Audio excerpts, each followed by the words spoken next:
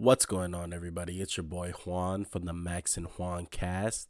Today, we're bringing you guys a little short video exclusively on the NBA. We're going to be talking about LeBron James and Anthony Davis and how they re-signed with the Lakers and what that means for the Lakers. Also, we're going to be talking about John Wall and the Russell Westbrook trade and how that affects the Houston Rockets and the Washington Wizards. Make sure to follow us on Instagram and Twitter. That is at Max_JuanCast. Also, you can find us on Spotify and Apple Podcasts. That is at Max and Juan Cast. Make sure to hit subscribe, and please, if you find it in your heart, to smash that like button and comment down below. Thank you. Enjoy the video. AD signed a 5-year, $195 million contract extension. You already know it. AD with the Lakers, 5 more years. I'm kind of shocked, to be honest, that he signed that long. LeBron, 2 years. Don't really know if it's player option right now. From what me and Max looked up, it doesn't say that there's any player option in it. So that's good. I'm just glad that he's a Laker and he's worth every single penny and every single asset that we ever gave up for him. And just to clarify AD's contract situation, it's a 4-year plus a 1-year player option. Kind of shocked it's not a 1+1 like KD did with Golden State and LeBron was doing with the Cavs. I'm so happy to have AD. Do you think they're actually going to do the number swap, 23 and 6? I hope so. It looks so dope. I hope so. It sucks that it didn't happen last year. It wouldn't shock me, though, if it didn't happen. They won the championship. They might as well just keep their numbers. Honestly, this is a great move. Like you said, it's AD. He's a top 3 talent in the NBA. LeBron, he's probably going to slow down a little bit more. I mean, he didn't really slow down this year. He honestly had an MVP caliber year. And I think he didn't get enough due for his play this whole year.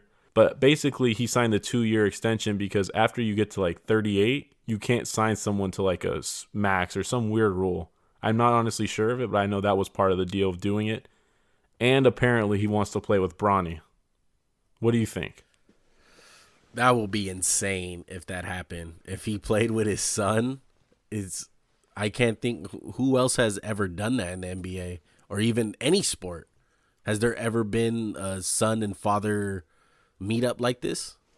Ken Griffey Jr. and Ken Griffey played for, I think, a year or two in Seattle, which is insane because he was, almost 40 and Ken Griffey Jr. is 19. This never happened in the NBA.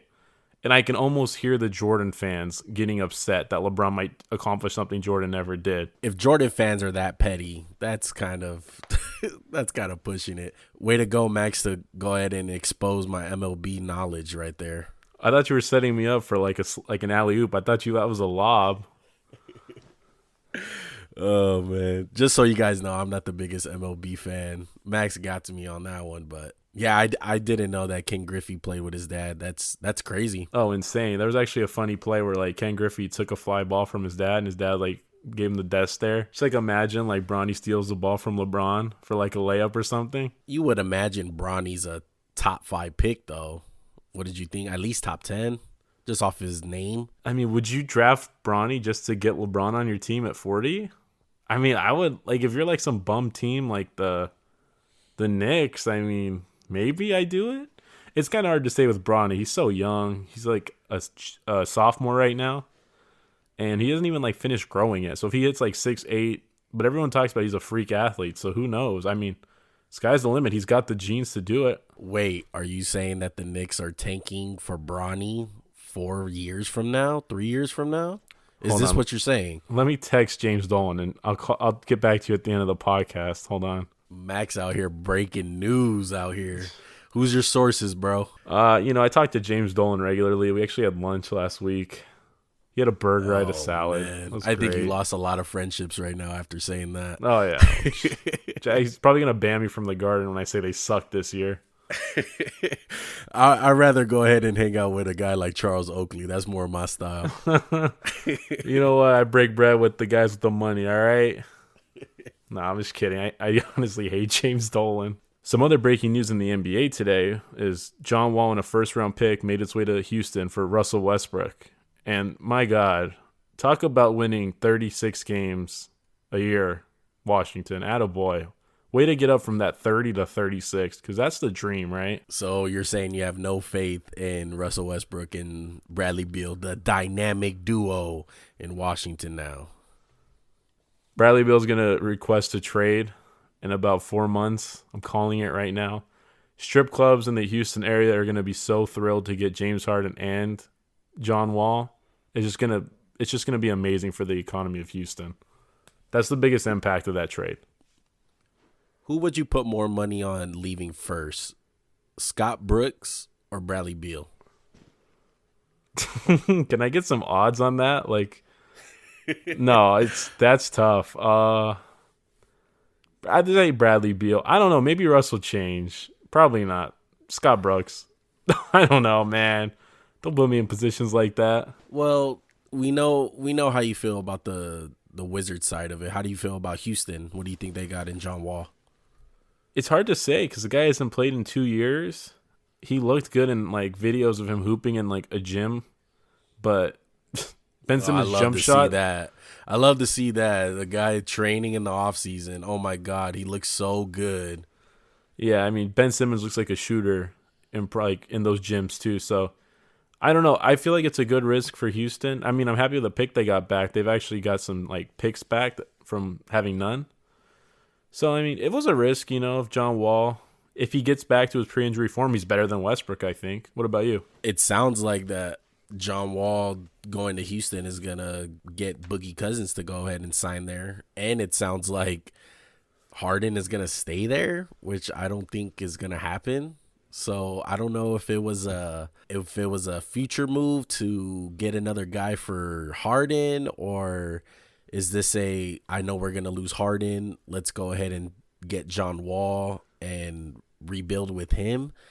I really don't know. I just feel like both teams switched garbage and said, hey, let's see what you can do with my trash. Well, let's see what you can do with mine.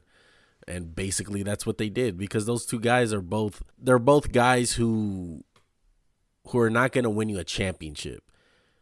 And probably 4 years ago, I would say John Wall would be a guy that I would have more faith in. But ever since these last 2-3 years of him just getting injured and him looking out of shape, it's really hard for me to see that. And Westbrook, on the other hand, we all know what he brings to the table. Yeah, he's going to give you numbers. Yeah, he's going to bring some fans. He's going to sell jerseys. But at the end of the day, it's kind of like when Max said, it's 34, 35 wins a season, and he's going to put up triple doubles, and he's not going to win that many games. And his game doesn't really translate into winning basketball. You have to build a team around him. You have to make sure you have all shooters. I mean, come on. They were guarding him with a center in the bubble. Centers were guarding him. So he's not much as a threat as far as your team being able to win. That's what I think. I would be so hyped for this team in 2015. This would be my finals bet. Harden, Wall, and Boogie. But they're putting a lot of faith in two guys who've been injury plagued for the last 2 years, both with Achilles and both with like knee problems going forward. Like, what are you betting on? You're betting on like two guys who haven't played in 2 years. Well, hey, do you think this keeps Harden there? No, I don't. I don't think they've done enough. The best move they've made is Christian Wood, and I don't think he's going to move. And I love Christian Wood, and he's not going to move the needle. They haven't done enough to get better. And they have a first-year head coach who's going to learn the ropes. That's something Harden wants to stick with as he leaves his prime. I don't get it. I don't understand it, and I don't like it. I don't like anything really about Houston right now. They've made some good moves this offseason, but overall, I still don't like their team. Is it safe to say that these two guys stay on their teams right now? Like, they're going to stay with those teams, or you think they're going to get traded again at some point? Russ and Wall? Yes. Good luck finding someone to take them. I saw a stat today that said Russ is the first MVP to be traded in 2 consecutive off seasons, and I'm like, oh, no kidding, because no one wants him. Clearly, he's outgrown his welcome in Houston. How long before it's Washington? We all know how Bradley Beal thinks about staying in Washington. I mean, obviously he signed that contract, so I feel like he's gonna try to make it work. They got a couple of pieces. They got Bertans. They have guys here and there on the Wizards. Plus, they play in the East. The East is not totally dominant. I just don't agree with the contract thing because we've seen so many guys over the years have 2 years left and they're like, I'm out. Get me out of here. And they have to. Teams feel so much pressure because of the players. And I think this is going to catch up with them at some point, and we're going to get into that probably down the road.